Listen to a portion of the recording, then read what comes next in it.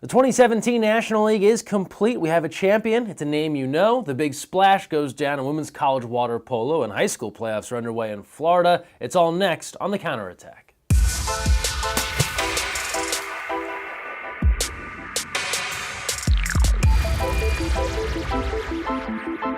Hi everyone, Greg Mescall here. Thanks for joining us on The Counterattack, brought to you by the Rudy Project and XX2Y. We start things off first with the National League. After 2 weekends of play, it came down to 2 days of playoff water polo at the Willett Aquatic Center in Irvine, California this past weekend, and it came down to 2 clubs you know very well. The New York Athletic Club, winners of last year's National League crown, and the Olympic Club, the #1 team all year long. They were 8-0 going to the final. They were the #1 seed, and these two are rivals. They don't always get along in the water polo pool. It reminds you of other great rivalries out there in the world. How about Tim Hortons versus Dunkin' Donuts? Are they even competing? Maybe they are now. Or how about The Miz versus John Cena? WrestleMania was this past weekend, if any of you caught that. Or how about some other great rivalries, like Pepsi versus Coke? In any event, it's the Olympic Club versus the New York Athletic Club. Let's get you caught up on the highlights. So to the Willett Aquatic Center we go. New York versus Olympic Club. East Coast versus West Coast. Early on, Olympic Club's Michael Scharf opens the game with this quick shot on the advantage. It's a 1-0 lead for O Club.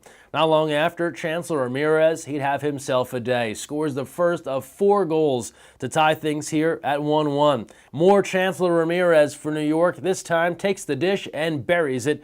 2-1, New York leads it. Olympic Club turns to Peter Sefton, the old Stanford Cardinal, ties the game here at 2 with the off-the-water shot on the dish from Zach Monsees. We're all even. Not long after, New York turns to the Olympian John Mann. He'll draw the keeper out, put the ball in the back of the net. 3-2 New York. But hang on, Olympic Club gets it back quickly. They turn to league leader in scoring on the year. Paul Reynolds delivers here on the penalty. We're all even at 3. Second quarter now, New York turns to another Olympian. Samuels scoring back-to-back, first with a ricochet shot, then right in front of the goal. And with 1:04 left in the quarter, New York ahead 5-3. Third quarter now. Olympic Club turns to our ODP mental skills coach. That's Brian Alexander opening the period with a low corner shot. Beating the keeper, it's a 5-4 game. Not long after, New York turns to a newcomer, Ryan Hurst, scoring on the dish from Jesse Smith, 6-4 New York. Back and forth we go here. Reynolds scoring again for the Olympic Club. He'd win top scoring honors in 2017 with 26 goals. Then we go Jeff Terrell for New York. He's finding the back of the net. After that, assisting Terrell to Ramirez, his 3rd goal of the day, 8-5 New York. After Sage Wright got one back for the Olympic Club, Zach Monsees following suit. We've got ourselves a game. It's 8-7 New York. Fourth quarter action now. Not seen here. Ramirez scores his 4th. Jackson Seabold, another youngster, goes bar down. Nice shot here. 10-7 New York in front. Olympic Club rallying once more. Alexander rising up to start the charge. He'll make it 10-8. Then he puts it inside where 4-time Olympic center Ryan Bailey knows what to do with that ball. Makes it 10-9 New York. So Bailey scores on one end, but on the other, they go to another Team USA center. New York gives it to John Mann. He will seal the deal here with the backhand. New York goes in front 11-9. That'd be the final back-to-back National League championships go to the New York Athletic Club. They win it. Honors after the tournament was over. Top goalie, Olympic Club's Lazar Andrich. Top newcomer from USA Junior, Iggy Kolak. Top scorer, we told you, Paul Reynolds. And the MVP from New York, Josh Samuels. He talked afterwards on the win and the newcomers adding to New York's fire. Yeah, it's competitive. Spirits are running high. Got teammates from generations, and we both wanted to win, and there was the cup on the lines. They got better and better as the 3 weekends went on, which is all you can ask. And we had some guys that we asked to join our team, and they chose not to, and so we went young instead and brought in some high school kids. And they both got better as each weekend went on, and that's how you win. Now we go third place action. USA University, some of the best in the college game, and some Rio Olympians taking on Alumni, some top alums from college programs over the last several years. We pick it up early. University's Johnny Hooper goes cross cage, a 1-0 lead for the Uni squad. Then Rio Olympian Alex Rolsa will fire this shot in from the top of the perimeter. It's a 2-0 lead. Alumni will get on the board later on. Jake Young gets his squad in the mix on the dish from Daniel Lenhart, making it 2-1. After a Max Irving goal for University, Irving then assisting, gives off to Ben Stevenson, the Pacific Tiger, makes it 4-1. 1 minute left in the half, Alumni trying to close the gap. Wesley Lincoln does just that, hitting here to make it 4-2. Third quarter action now. Another Rio Olympian in the mix. It's Ben Halleck opening the period with a redirect on the deal from Johnny Hooper. It's a 5-2 game. Moments later, Alumni turns to Griffin Lerman. He'll get one back. Strong shot here. It's a 5-3 game. Fourth quarter action. After University's Johnny Hooper opened the period with a goal, Alumni's Nick Jordan going to wrestle free from a defender and bury this shot. It's a 6-4 game. Nick Carnelia scoring on a penalty shot here for University, and then teammate Ben Stevenson will approach the cage with a defender on his tail. Doesn't bother Ben at all. He'll beat the keeper here to make it an 8-4 lead. University starting to pull away. Alumni tries to get back into it. Back-to-back goals from Griffin Lerman will close the game, but they'd get no closer. Alumni falling in this one. University, your third-place winners in 2017. They take it 8-6. Afterwards, we caught up with Stevenson on University, seeking some redemption with this victory.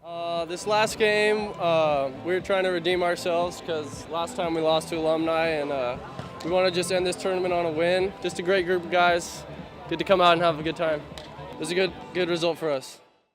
And we'll keep things in Irvine. We moved from the pool to the local government scene last week. City of Irvine agreeing to work with USA Water Polo to explore the idea of a potential aquatic facility at the new Great Park development. This went down at a City of Irvine council meeting last week. Some footage here from the meeting where a host of USA Water Polo staff as well as supporters were on hand to lend their support for the idea. We will keep you posted on this as news develops.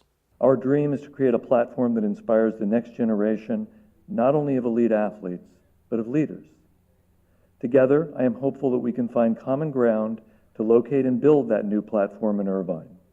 This would not only support our Olympic athletes' journey to the Tokyo Games and beyond, but could also inspire, entertain, and develop leaders in our own local Irvine community and throughout the region, and bring world-class aquatics and the Olympic rings to the OC Great Park. Thank you. And now we turn to women's college water polo. Not long ago, we told you about a new program coming to Austin College, finally bringing varsity water polo back to the state of Texas. Now another school, Wittenberg University in Ohio, has announced they'll add women's water polo, looking to round up staff now that'll also work with the swim team on campus. Exciting stuff there, and great to see another program on the way. And with that in mind, we keep talking women's college water polo and move to highlights from this past weekend. Some of the top teams in the land were in action. Number 1, USC hosting Arizona State on Saturday, and then on Sunday, the big splash. Cal and Stanford getting together in Berkeley. Highlights here via the Pac-12 network.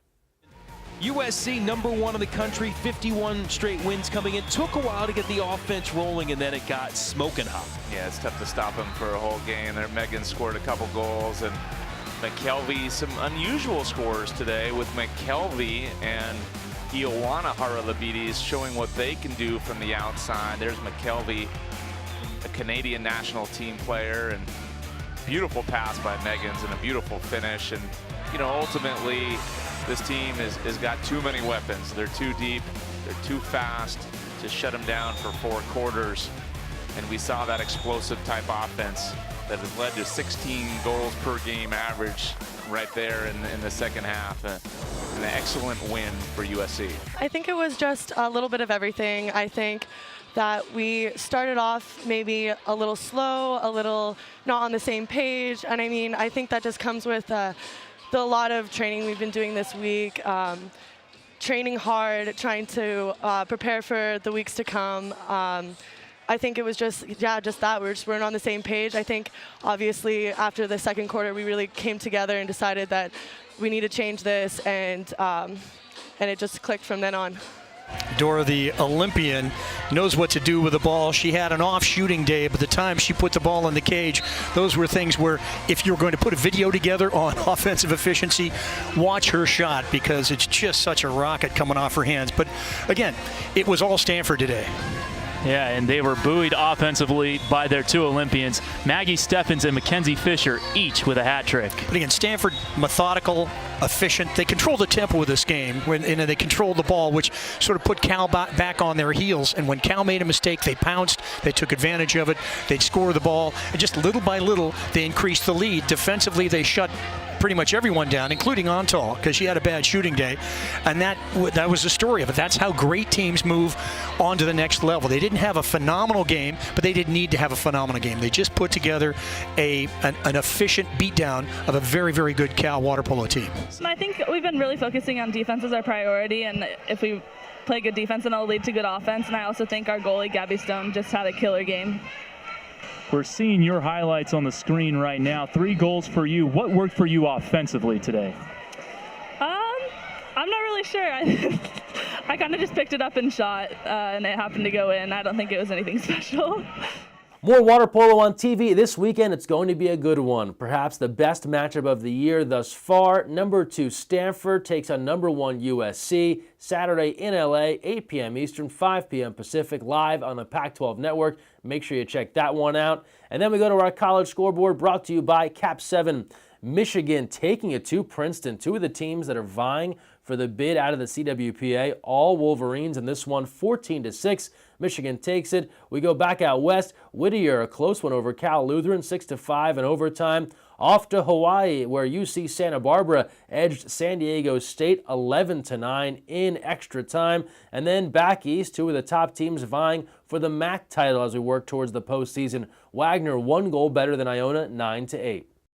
And now we return to talk National League. Some weeks back, we profiled a brand new club this year in the National League, the Los Angeles Athletic Club. This week, we want to tell you a little bit about the Alumni Water Polo Club. They've been in the National League for a couple of years now, but this year they brought together a new coach, Olympian Robert Lynn, and also bolstered their lineup with some real talent from around the college water polo world. We'll have the full feature this week on USA Water Polo TV, but here's a small preview.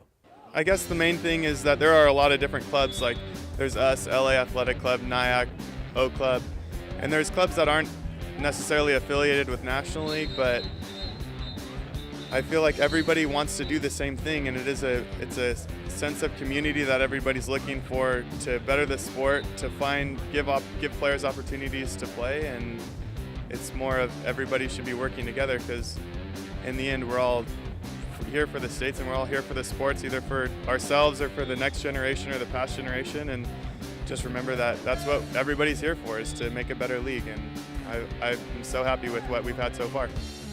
And now we turn to high school water polo and the state of Florida. Olympia High School girls water polo has had a great season, undefeated entering the playoffs. They just beat Lake Nona in their first round matchup, and WESH TV caught up with the squad and all the great things they're doing. The way Olympia girls water polo is playing, it's a team that deserves some recognition. The Titans are undefeated for the first time in school history and have won 4 straight district titles. Today at the YMCA Aquatic Center, boys and girls head coach Stephanie Johnson-Posel is getting in their final practice before regionals tomorrow against Lake Nona. Just 4 wins from a state title and several Division I prospects on the roster. But they aren't just athletes. These girls have brains too. This girls' team is an amazing group of young ladies. They almost all have 4.0 GPAs. That's unweighted. They are leaders. They are scholars. They are amazing people. They're diverse. They have given each other 4 years of dedication inside and outside the pool. I've been thinking about this moment since like freshman year when we were going home on the state bus. I said that senior year we're going to be the ones to take it all the way, and so hopefully I'm right. We go back to Irvine, California, because this past weekend wasn't just the National League, it was also the culmination of the ODP Boys National Team Selection Camps. Athletes from all across the country that advanced from the National Championship event earlier this year were on hand, vying to make national teams that'll compete and train this summer. Here's a look at the groups that were assembled. The ODP Twitter account sharing these: the Youth Training Group, the Development Training Group, and the Cadet Training Group. We'll get you rosters as they are revealed later on and share them here on the Counterattack. Now, as we wind down the end of this episode, we have to mention some sad news in the water polo community. Scott Heyman, a well-known coach in the water polo and swim communities, and also someone that was involved with the women's national team, passed away last week at a swim meet. Just a tragic loss for the entire water polo community, but especially the SoCal water polo community. You can see the tributes here at the William Willett Aquatic Center. If you attended or worked an event at that pool in the last several years, odds are you either already knew Scott or you ran into him on the deck. It was a strange occurrence to be there. this past weekend and not see Scott Heyman walking around making sure the event was running smoothly. Our thoughts and prayers go out to his friends and family, and we're keeping them in mind during this difficult time. And now we close things out with our social media send-off. It's the way we end every episode of The Counterattack. Get involved, use the hashtag Counterattack, also tag us at USAWP, and we'll be sure to share your content right here on the show. We're going to jump right in with our first share of the day. A big shout out to Olympian Brenda Villa on receiving a Pioneer Award from the City of Los Angeles. She was honored alongside Janet Evans, her fellow Olympian. So congrats to Brenda, who's done some great things for the water polo community and continues to give back. From there, proud of ODP selections. A big moment for the athletes, but for the parents. This coming from the Fizzle4 Twitter account. Congrats to Brody and so many others on getting selected. If you're wondering what goes on inside an ODP national team selection camp, a great video here from the ODP Twitter account just showing you all the different things that are going on. You've got swimming, skill work, athletes all across the pool getting better at the game of water polo. After New York Athletic Club won the National League title, Olympian Jesse Smith, who plays for the club, he's hyped. Happy to bring home another crown, sharing it here on his Go Smith Now Twitter account. Before the National League got involved, Steve Carrera put together the 1980s themed National League intro you didn't know you needed in your life. If you're a fan of the show Stranger Things on Netflix, like I am, you will enjoy this.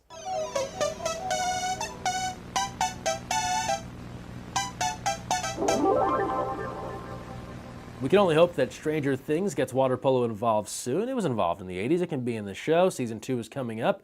Coach Kirk Everest from Cal, he's a multitasker like many were this weekend. He's got the Final Four on the TV. He's got the National League live broadcasts going on his phone. Don't forget, all those games are archived at facebook.com/USAWP and youtube.com/USAWP. And we got Flop Friday, Barrington High School, B-Town Polo, their Twitter account offering this take on the Friday tradition.